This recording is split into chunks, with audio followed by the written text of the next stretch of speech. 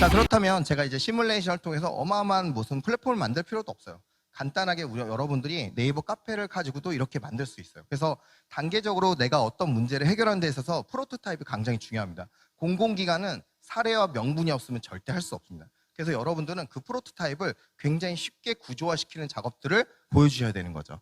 그래서 이렇게 여러분들이 어떤 문제를 해결하는 데 있어서 내가 어떤 팀빌딩을 이렇게 만들어 왔다. 예를 들어서 이렇게 설명을 드릴 수 있고요.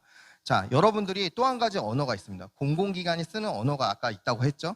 예를 들어서 그 사람들이 접근했을 때 혁신가라는 펀드가 있습니다. 국가균형발전위원회에서 지역 혁신가라는 용어를 쓰거든요. 그 혁신가, 여러분들이 내가 혁신가다. 이런 기준을 가지고 그 사람들한테 해외로 이 문제를 해결하는 수출까지 과정들을 보여주시면 어떨까 생각을 하는 거죠.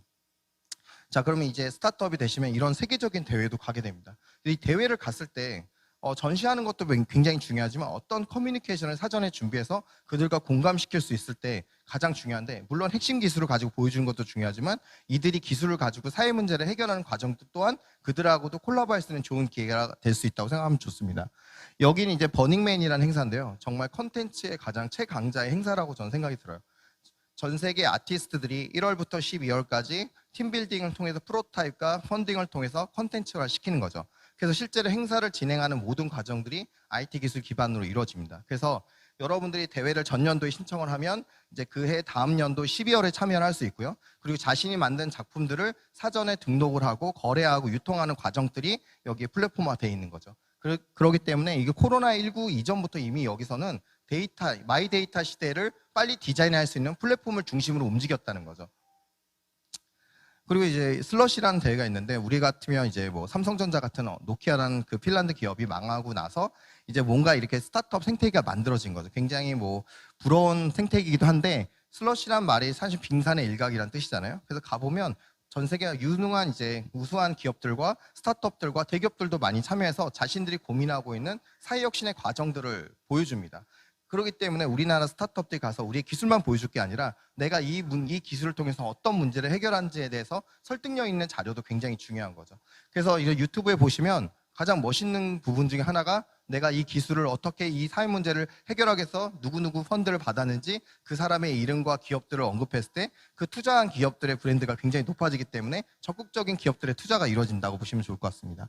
그리고 여기 모바일 월드컵 MWC 같은 이제 행사가 있는데, 코로나 때문에 좀 잠시 중단은 되긴 했지만 여기는 오래전부터 이미 데이터를 기반으로 해서 기업들의 매칭이 이루어졌습니다. 즉 우리가 어떻게 하면 우리 마이 데이터를 효과적으로 만들 것인가, 이 대회가 선정되고 나서 급하게 앱에다가 등록할 게 아니라 내가 우리 기업들을 어떻게 글로벌 언어나 그 사회 언어에 맞게끔 움직일 수 있냐가 굉장히 중요하죠. 자, 그럼 스타트업은 첫 번째 해야 될 게 아까 말한 공공의 언어, 스토리 두잉으로 가기 위한 전문가들과의 컨택이 중요합니다. 내가 아무리 컨텐츠를 잘 만들어도 컨텐츠를 메인으로 하는 기업을 이길 수 없고, 또 우리가 아무리 언어 플레이해도 언론서만큼 잘할 수는 없는 거죠. 그들과의 커뮤니케이션을 어떻게 할 것인가를 첫 번째 목표로 세워야 되는데, 그 첫 번째는 워딩입니다. 스타트업이 1차 연대 제일 많이 해야 될 게 서류인 거죠. 아까 이제 우 대표님 앞에 말씀하신 것처럼 대표가 가장 힘든 게 서류 업무라고 그러지만, 서류는 정말 딱 내가 생각하고 제출하는 과정까지 최소한 반나절이면 끝나야 되는 거죠. 그만큼 내 서류 매뉴얼이 1차 연대에 거의 다 완성이 돼 있어야 돼요. 한 가지 서류뿐만 아니라 앱도 되겠고, 혹은 문제 해결된 데이터 분석, 행사, 이 다양한 시나리오들이 4개에서 5개 정도 만들어줘야 돼요. 그래서 공공기관이나 의뢰자가 원했을 때 빠른 시간 안에 서류를 재설계할 수 있는 능력이 필요한 거죠. 자, 그러면 공공 데이터를 좀 추천드리는 하나가 뭐냐면, 공공 데이터를 활용하면 크게 2가지 이점이 있어요. 여러 가지가 있지만 첫 번째 뭐냐면 해당 공공기관과 소통을 할 수가 있는 채널이 생깁니다. 즉 제가 길을 걷다가 아무 사람한테 혹은 여러분한테 말을 걸면 여러분은 어떻게 생각할까요? 친근할까요? 전혀 그렇지 않죠.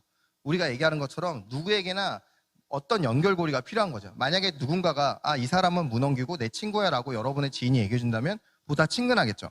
그래서 여러분이 해당 공공기관을 친하려면 첫 번째 이 공공 데이터를 활용해서 그들과 소통하는 게 첫 번째 중요합니다. 또 두 번째는 그 공공 데이터를 활용해서 비즈니스 모델에 대해서 상을 받거나 R&D를 받으면 보다 고도화될 수 있는 거죠. 자, 이제 코로나19 시대는 대기업보다 여러분들의 세대가 된 거예요. 자, 아까 말한 대로 미중 갈등이라든가 지금 일본의 규제가 점점 늘어나고 있죠. 그럼 타겟은 누구죠? 우리나라 대기업이죠. 근데 여러분들은 아니죠. 여러분들은 이런 글로벌 아마존이나 알리바바를 활용해서 우리가 지금 규제가 될 수 있는 그 국가를 쉽게 넘나들 수 있는 거가 되는 거죠. 자, 중국이 초기에 경제 성장할 수 있었던 거는 중국의 화교의 보따리상처럼 그런 생태계가 가능했기 때문인 거죠. 바로 여러분들이 바로 그런 과거의 중국의 역할을 대신할 수 있는 보따리상의 역할을 할 수 있다고 보시면 될 것 같습니다. 자, 그 다음에 이제 보건복지부에서 임팩트 펀드나 어떤 지역사회 기업들의 매칭을 위해서 지역사회 공헌 인정제라는 걸 만들었어요. 자, 이런 인정제를 통해서 여러분들이 진행하는 것도 하나의 방법이죠. 자, 우리 기업들한테 가장 많이 투자하는 건 중기부지만 이런 우리 VC 이상의 어떤 큰 대규모 펀드에 대한 거는 국민연금공단에서 많이 지원을 해줍니다. 그렇기 때문에 많은 큰 기업들은 이런 복지부와의 관계가 굉장히 중요하고요. 그 과정에서 이런 사회공헌 제도가 생긴 거죠. 자, 여러분들 기회가 되면 올해는 끝났지만 내년에 꼭 이걸 신청하셔서 등록하시면 좋은데 스타트업은 특혜입니다. 전체 선발 기준의 30%는 스타트업을 무조건 뽑게 돼 있어요. 근데 스타트업들은 이거 잘 모릅니다. 그래서 여러분들이 꼭 지원하시면 대부분 합격한다고 보시면 좋을 것 같습니다. 자, 이 이미지를 보면 어떤 생각이 들죠? 여기서 보면 세대 차이가 딱 나죠. 그래서 시간이 없어서 그냥 말씀드리면 저는 이렇게 생각했어요. 왼쪽 발은 털이 있었고요. 오른쪽 발은 털이 없었어요. 그래서 여자친구가 있는 걸 자랑하는구나. 이렇게 생각을 했죠. 하지만 이거는 명품 신발을 자랑하는 이미지라고 보시면 좋을 것 같습니다. 즉, 이미지 하나로 사람들에게 어떤 공감과 이거를 실천으로 연결시키는지에 대한 스토리 두잉의 대표적인 사례라고 보시면 좋을 것 같습니다. 자, 이와 같이 사람들은 이제 더 이상의 실패를 원하지 않습니다. 시행착오를 원하지 않는 거죠. 그러다 보니까 선행 자료를 통해서 빠르게 내가 의사결정을 할 수 있는 근거를 마련하게 되는 거죠. 공공기관도 마찬가지고. 자, 이제 에어비앤비가 옛날처럼 달라졌죠. 이제 공유경제는 공유하지 않습니다. 내가 원하는 가장 수익률이 좋은 데이터를 메인에다 듣게 되는 거죠. 그죠? 바로 이게 에어비앤비나 우버택시가 변화되는 생태계라고 보시면 좋은데요. 자, 이제 우버 이티라는 게 전 세계적으로 이제 각광을 받고 있고 지금 우리나라도 조금씩 들어오고 있긴 하는 거죠.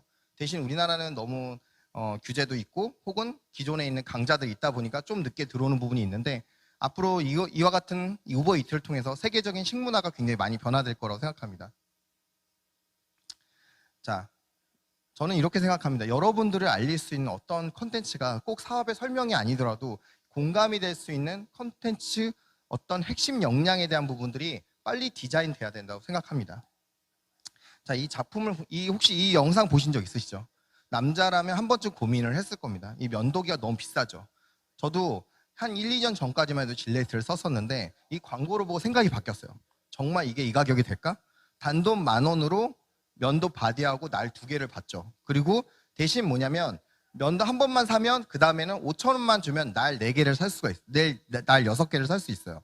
그래서 미리 내가 주문하는 방식인 거죠. 여러분 서비스가 바로 이렇게 돼야 되는 거죠. 내가 사전에 구매를 하고 여러분들의 서비스를 미리 인지하고 시기에 맞춰서 굴러갈 수 있는 이런 과정들을 빨리 디자인해야 되는 거죠. 이거를 임팩트 구조라고 보시면 좋을 것 같습니다. 자, 세계로 나가야 되는 이유 중에 핵심적인 역량입니다. 우리나라도 최근에 스타트업 많이 투자하지만 여기 보시면 저게 전 세계 이제 임팩트 펀드나 스타트업들한테 투자하는 금액인 거죠. 상대가 안 되죠. 물론 거기 가면 인종차별도 받고 어떤 여러 가지 어려움이 있겠죠. 하지만 결국에는 해외로 나가야 되는 거는 기정사실인 거죠. 자, 또 하나 이제 그런 컨텐츠 기반의 비대면 생태계 중에 대표적인 사례가 미네르바 대학이죠. 자, 미네르바 대학은 사실 오래전부터 기획이 됐었는데 사실 우리나라에 알려진 지는 얼마 안 됐어요. 자, 우리로 얘기하면 방송통신대학하고 비교를 하는데 좀 많이 다르죠. 우선 세계적인 석학들이 과목별로 맞습니다.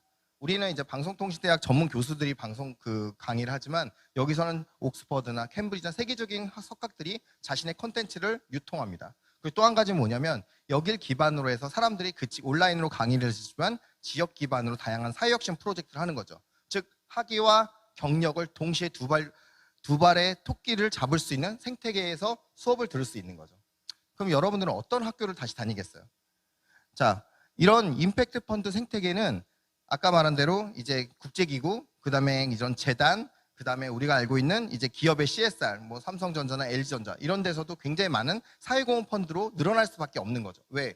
자기들은 많이 벌었는데 코로나19로 인해서 독과점 생태계에서는 많은 수익을 얻습니다. 통신업체, 에너지업체, 전기업체 이런 데는 어떻죠? 많은 돈을 벌었지만 벌었다고 자랑할 수 없죠. 많은 사람들이 피해를 보고 있으니. 그래서 이 사람들은 뭐냐? 자기가 가지고 있는 가치를 여러분들과 나누기 위해서 임팩트 펀드를 엄청 많이 씁니다. 어느 데 통해서 쓸까요? 이 임팩트 펀드를. 대부분은 우리가 알고 있는 시민단체라든가 그런 아까 복지부 산하의 뭐 한국사회복지협회 같은데 이런 CSR 임팩트 펀드를 전문적으로 맡는 기관이 쓰는 거죠. 그래서 여러분들이 또 한 가지 생각해야 될 거 뭐냐면 나한테 돈을 줄 수 있는 다양한 기관들의 역량에 대한 부분을 한번 생각해 볼 필요가 있는 거죠. 자, 그리고 또 한 가지가 있습니다. 우리나라에서만 받을 수 있는 게 아니라 해외에서도 받을 수 있어요. 여기 보면 뉴욕에 뉴욕케어스라는 곳이 있어요. 우리로 얘기하면 서울시 자원봉사 센터 같은 곳이거든요. 아까 이제 제가 물건을 팔기 위해서 아까 농어촌 한 분만 얘기해서 그런데 이분이 이제 농어촌에 관련된 홍보 마케팅 컨텐츠라고 이렇게 설명할 수 있지만 이걸 시민단체 용어로 바꾸면 농어촌사의 커뮤니케이션 문제를 해결하는 거죠. 그죠? 홍보는 다르게 얘기하면 커뮤니케이션이죠. 그래서 이 사람이 농어촌 사람들이 세계인과 혹은 지역사회에 소통 못하는 거를 내가 해결하려고 한다. 그럼 뉴욕케어스에서 여러분들한테 과제 비용을 지원해 줍니다. 단계적으로. 그래서 작은 과제부터 큰 과제까지 연결하고 이 뉴욕이란 뭐가 있죠? 월가가 있죠. 그 월가랑 연결시켜주는 브릿지 역할을 해줍니다.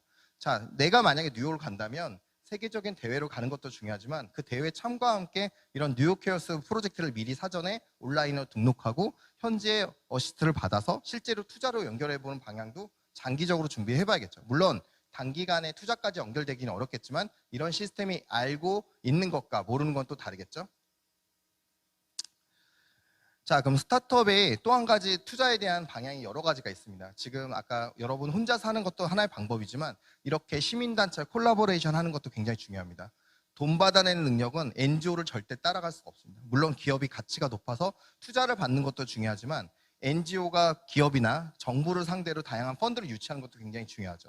그럼 NGO가 왜 저희랑 같이 콜라보 할까요?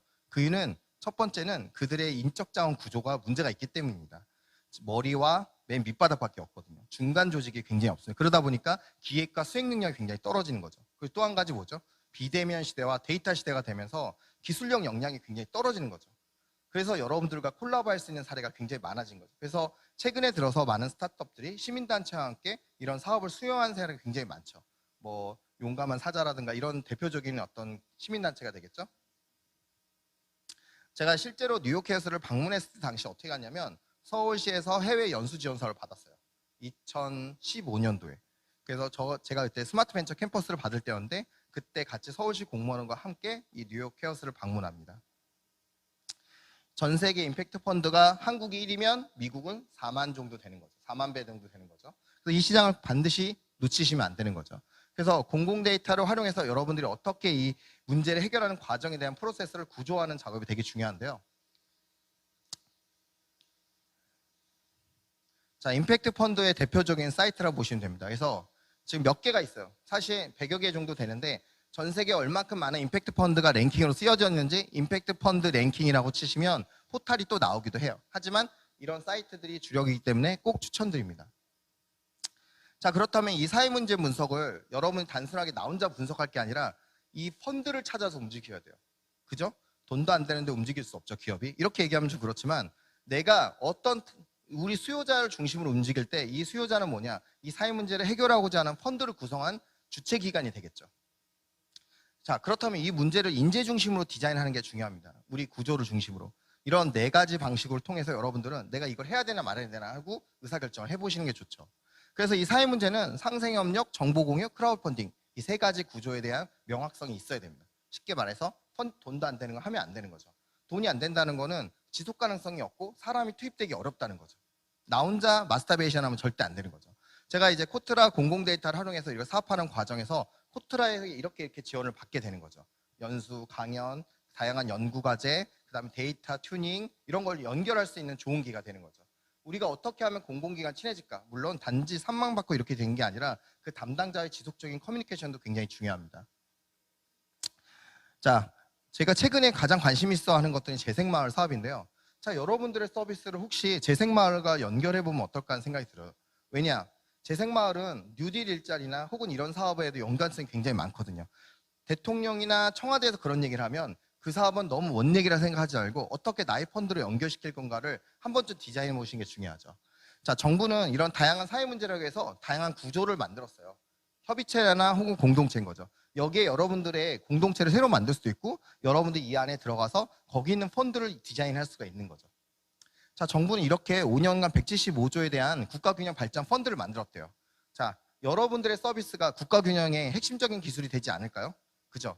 이 과정이 단계적인 R&D가 있습니다. 아까 말한 여기 창업진흥원에서 제공해주는 뭐 예창, 초창 뭐 여러 가지가 있겠지만 그것뿐만 아니라 이런 균형에서도 수익과제가 500만 원, 1000만 원 그 이상의 펀드가 구성이 돼 있는 거죠. 그래서 이 펀드를 받아가면서 여러분들의 역량이 강화될 수 있는 거죠. 그리고 이 과정들을 어떻게 3차년도를 디자인할 것인가. 물론 처음부터 컨설팅 받지 않고 이걸 어떻게 하겠어요. 그렇다면 어떻게 되죠? 앞에 썼던 선행기관들의 자료를 그대로 참고해 보시는 것도 하나의 방법이죠. 왜냐? 두 가지 문제가 있어요.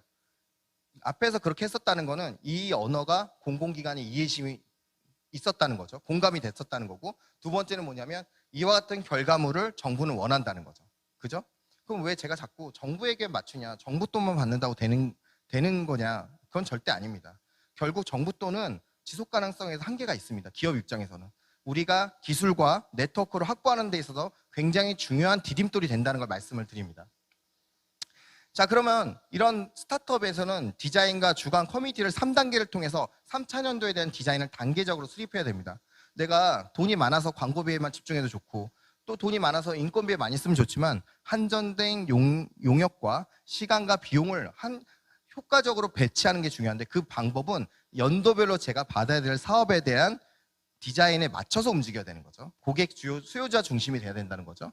그래서 실제로 여러분들이 이제 내년이 되면 이런 식으로 디자인 띵킹과 공모전, 최종적으로 이 사업에 대한 문화 확산을 통해서 지속 가능해야 되는 거죠. 내가 나만의 기술이 여기서 끝날 게 아니라 내 기술이 전부 다 공유가 돼서 사업이 확대될 수 있는 방향을 생각해 봐야 되는 거죠. 그리고 또 아까 제가 이런 그 임팩트 펀드 관련된 인증제를 받아서 이렇게 다양한 사업과 연계되는 펀드로 연결하는 과정들을 디자인하게 된 거죠. 자, 마을재생 사업은 가장 핵심적인 게 지역 주민을 설득하는 게 가장 중요합니다. 그렇기 때문에 오히려 큰 기업보다는 여러분들 같이 작은 스타트업들을 주로 많이 선정을 하는데요. 자, 이게 이제 여러분들이 로컬 임팩트라든가 로컬 크리에이터 이런 다양한 용어들이 여러분들에게 굉장히 중요한 자격 요건이 되는 거죠. 즉, 여러분들이 주인공이 될 수밖에 없는 이유를 이 세상에서 만들어주고 있는 거죠. 자, 그러면 두 번째 해야 될 게 뭐냐면 이 문제를 해결하기 위해서 워킹그룹을 만들죠. 그래서 공공기관과 민간을 중심으로 해서 상생협력 구조를 만듭니다. 자, 그럼 대표적으로 도대체 어떻게 돈을 받는 거냐? 이 샘플 하나 제가 보여드리겠습니다. 여기 안흥선 진군이라는 곳에는 문화재로 지정이 됐습니다. 국가문화재가 되면 재개발을 할 수가 없습니다. 그러니까 그 전에 끝내야 되는데 코로나 때문에 공사를 하지 못했어요. 그러면 그 지역 주민들은 문화재 지정을 반길까요? 그렇지 않죠.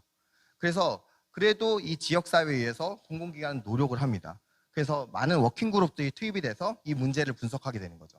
자, 이 성안은 변경할 수가 없고 이분들의 일자리를 만들었는데 대부분이 70대 이상의 고령자, 65세 이상의 고령자인데 이분들이 뭘 해서 먹고 살 수 있는 일자리를 만들지? 라고 생각을 하게 된 거죠. 그래서 생각한 게 군고구마 장사였어요. 군고구마 푸드트럭. 그래서 군고구마 우선 코로나가 뜨거운 거 약하다고 해서 군고구마는 코로나 좀 안전한 식품이 되지 않을까. 이게 첫 번째였고 두 번째는 이분들이 어려서부터 이미 친근한 거죠. 군고구마나 군밤은 자기들이 각자 먹을 수 있는 거고 또 한 가지 이 지역의 태안마는 고구마와 그 다음에 밤하고 이런 것들이 생산성이 굉장히 높은 곳이었어요. 그래서 괜찮다. 그러면 이거에 대한 유통 시스템을 만들어야겠다. 자, 그러면 이 어른분들이 이거를 군고구마 기계와 이 군고구마 차를 가지고 이렇게 전 세계 전국으로 나가야 되는 서비스로 갈까요? 그게 아닙니다. 여기는 브랜드와 컨텐츠와 어떤 그 채널에 대한 그 프로토타입까지만 만들고 이거를 전국적으로 이제 프랜차이저에서 유통하겠다는 게 저희 생각이었던 거예요. 그래서 이 안흥선 진 마을의 어른분들한테는 이 저작권과 혹은 여기에 사업에 대한 스토리텔링을 만들어주고 이걸 기반으로 전국으로 확산하기 위해서 뭐 소상공인진흥공단이나 다양한 푸드트럭 지원 사업을 연계하겠다는 게 저희 전략이었던 거죠. 그래서 초기에 저희가 성 안에 있는 분들이 100명 정도 되세요. 그 중에 이제 나이대가 한 65세에서 70대인 어른들을 모아서 이렇게 정량과 정성으로 문제 해결을 하겠다 이렇게 제안을 했고 단계적으로 저희가 주문 제조 유통에 대한 팀빌딩을 하고 그다음 푸드트럭 두 개를 서부발전으로부터 돈을 받습니다. 그래서 이제 상표권 등록 매뉴얼까지 하고 그리고 매출 채널 프로모까지 연결을 하는 과정들을 비용을 전반적으로 다 받게 된 거죠. 그래서 이제 저희가 첫 번째 수요 고객들은 두 가지 층이었어요. 첫 번째는 뭐냐면 태안만에서 부모님을 두고 있는 도시에 살고 있는 자녀.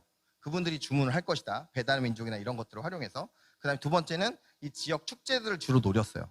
이분들이 24시간 내내 일할 수 없기 때문에 이런 두 가지의 타겟 목표를 가지고 안심 서비스까지 연결하는 이제 매출 구조를 만든 거죠.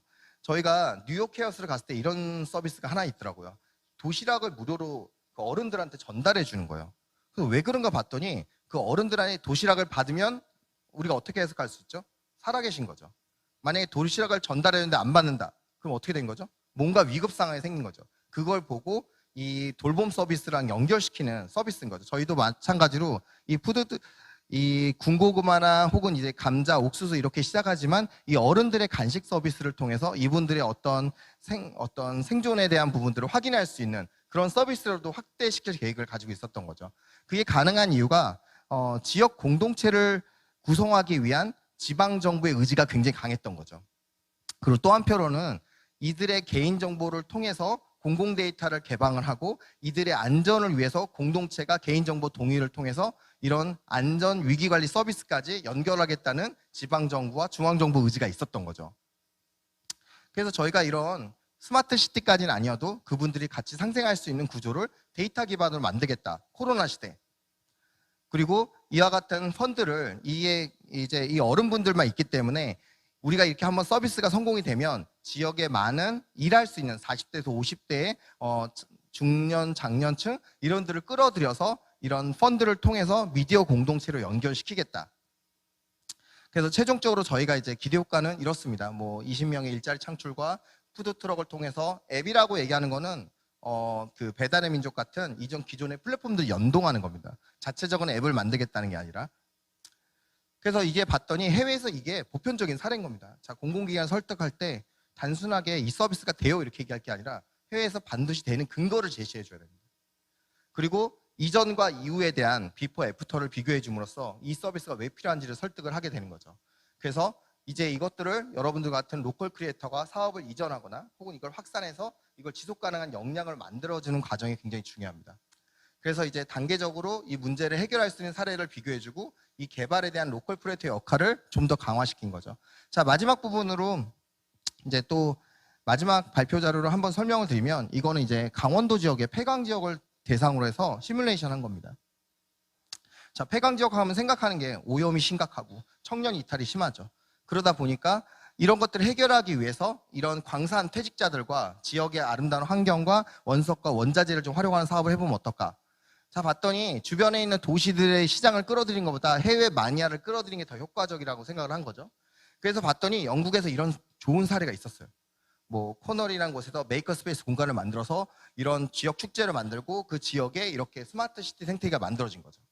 자, 사실 이거는 제가 지어낸 말이에요.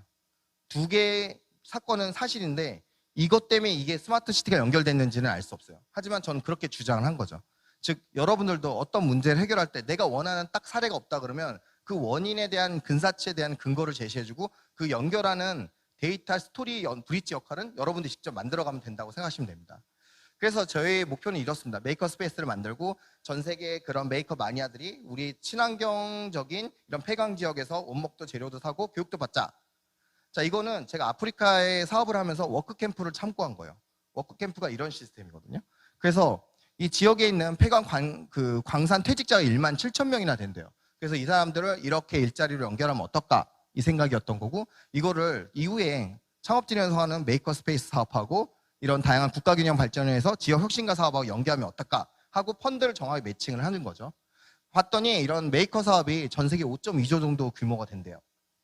그리고 또 한 가지가 뭐냐면 저희가 이렇게까지 중앙정부랑 지방정부 예산을 받으면 그 다음에는 빌 게이츠 재단하고 인디고고를 통해서 이렇게 추가적으로는 펀드를 받겠대요. 그러면 이 펀드는 어떻게 근거 나온 거죠? 이전에 누가 받았어요. 그거 가지고 그대로 숫자를 쓴 거죠. 걔네도 받았으니까 우리도 받을 수 있다. 이렇게 생각을 한 거죠. 그래서 저희가 이제 원가 분석을 지속 가능성에 대한 매출의 원가를 보여주고 이것들을 지속적으로 마을 기업, 협동조합, NGO를 통해서 사회적 기업으로 혁신시키겠다. 이거는 뉴딜 일자리랑 일맥상통한 거다. 정부의 정책과 같은 내용이다.